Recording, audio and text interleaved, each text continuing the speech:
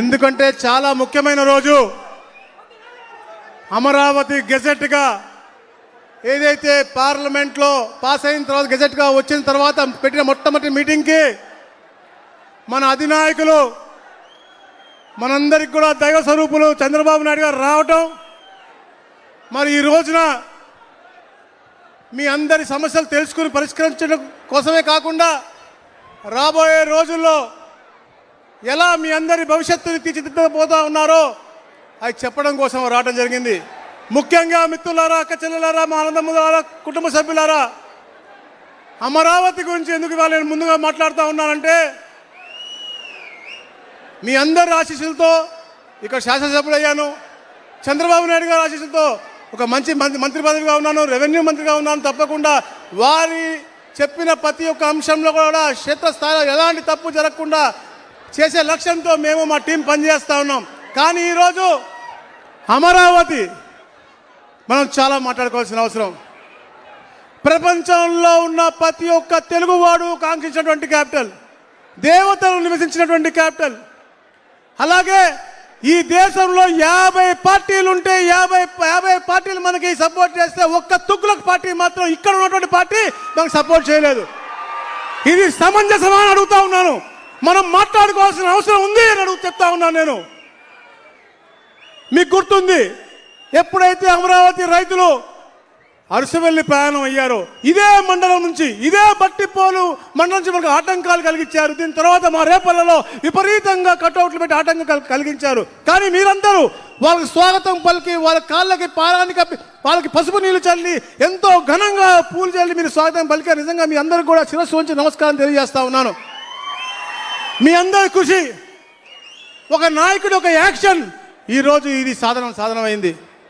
ఇవన్నీ కూడా ఆయన కోసమో నా కోసమో కాదు, మీ అందరికీ మంచి బంగారు భవిష్యత్తు ఇవ్వాలి అని చెప్పే లక్ష్యంతోనే. అలాగే ఈ తుగ్గులకు ఎవరైతే పరిపాలించారో 2019-24లో అతని యొక్క ఆ క్రూరత్వం, మీ పట్ల ఉన్న ద్వేషాన్ని కూడా మీరు చర్చించాల్సిన అవసరం ఉంది అని చెప్పేసి కూడా తెలియజేసుకుంటూ, మరి ముఖ్యంగా ఈరోజు మీ భూమి మీ హక్కు ఒక అద్భుతమైన కార్యక్రమం.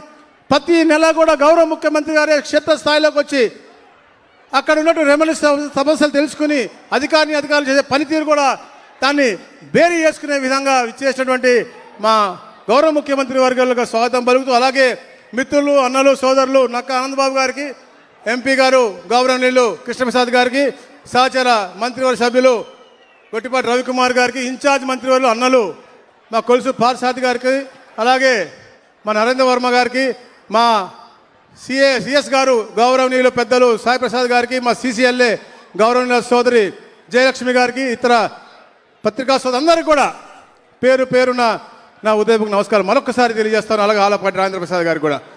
మిత్రులారా, నేను సుదీర్ఘంగా మాట్లాడుతున్నాను కాదు, కాకపోతే ఎందుకంటే ఈ రెవెన్యూ సమస్యలు ఎందుకు వచ్చినాయి అని కూడా మనం చూసుకోవాల్సిన అవసరం ఉంది. గత పరిపాలకులు కేవలం భూ దాహంతో, సంస్కరణల పేరుతో అన్ని కూడా మనం విధ్వంసం చేసే విధంగా ల్యాండ్ టైటిలింగ్ యాక్ట్ తెచ్చారు. వారి ఇష్టం లేకపోతే 22A పెట్టారు. వివిధ రకాలుగా పేదవారి భూములను హరించే విధంగా కార్యక్రమాలు చేశారు. కానీ గౌరవ ముఖ్యమంత్రిగా ప్రమాణ స్వీకారం చేసిన తర్వాత తొలి సంతకంలో ఒకటైనటువంటి ల్యాండ్ టైటిలింగ్ రద్దు అనేది ఏదైతే హామీ ఇచ్చారో అది సంతకం పెట్టి మీ అందరికి కూడా ఒక నమ్మకాన్ని కలిగించారు. మొట్టమొదటి రోజే మీకు గుర్తుంది, డిఎస్సి ఇస్తామని చెప్పి సంతకం పెట్టారు, అది పెట్టారు. అన్నా క్యాంటీన్లు పెడతా అన్నాం, పెట్టాము. నైపుణ్య గణన ఉద్యోగ అవకాశాల కోసం అన్నాం, అది చేస్తా ఉన్నాం. ఇట్లా అన్ని కార్యక్రమాలు చేసుకుంటూ సంక్షేమం, అలాగే సూపర్ 6 అనేది క్షేత్రస్థాయిలో అద్భుతంగా అమలు చేస్తూ సంక్షేమము అభివృద్ధి రెండు కూడా సమానంగా ముందుకు తీసుకెళ్తా ఉన్నాము. మిత్రులారా, మీరు అందరూ గ్రహించాలి, ఎప్పుడు ఎలాంటి ఎన్నికలు, ఎందుకంటే నేను చెప్తాను రెవెన్యూ సమస్యలు రాష్ట్రంలో ఎప్పటి నుంచో ఉన్నాయి. కానీ అవన్నీ కూడా క్షేత్రస్థాయిలో ప్రతి ఒక్కటి కూడా తెలుసుకుని అవన్నీ కూడా పరిష్కార మార్గం వైపు పూర్తిగా తీసుకెళ్తున్న ప్రభుత్వం ఏకైక ప్రభుత్వం మన ప్రభుత్వం అని చెప్పేసి కూడా నేను తెలియజేస్తా ఉన్నాను. ముఖ్యంగా ఈరోజు కార్యక్రమం పాస్బుక్ కార్యక్రమం ఏదైతే ఉందో, గత పరిపాలకుడు అతనికి ఫోటో పిచ్చితో అతని ముద్ర వేసుకున్న పాస్బుక్ మనకు అవసరమా? అతని ఫోటోతో ఉన్న పాస్బుక్ని అడుగుతా ఉన్నాను. చెప్పాలి సోదరి, నువ్వే ఉన్నావు, గట్టిగా చెప్పాలి. అవసరమా? మీ అమ్మదో, మీ నాన్నదో, మీ తాతదో ఎవరైతే భూమి మనకి ఇచ్చారో వారి భూములు కాదు, కానీ ఇతనేదో దానం చేసినట్టుగా అతని భూమి వేసి.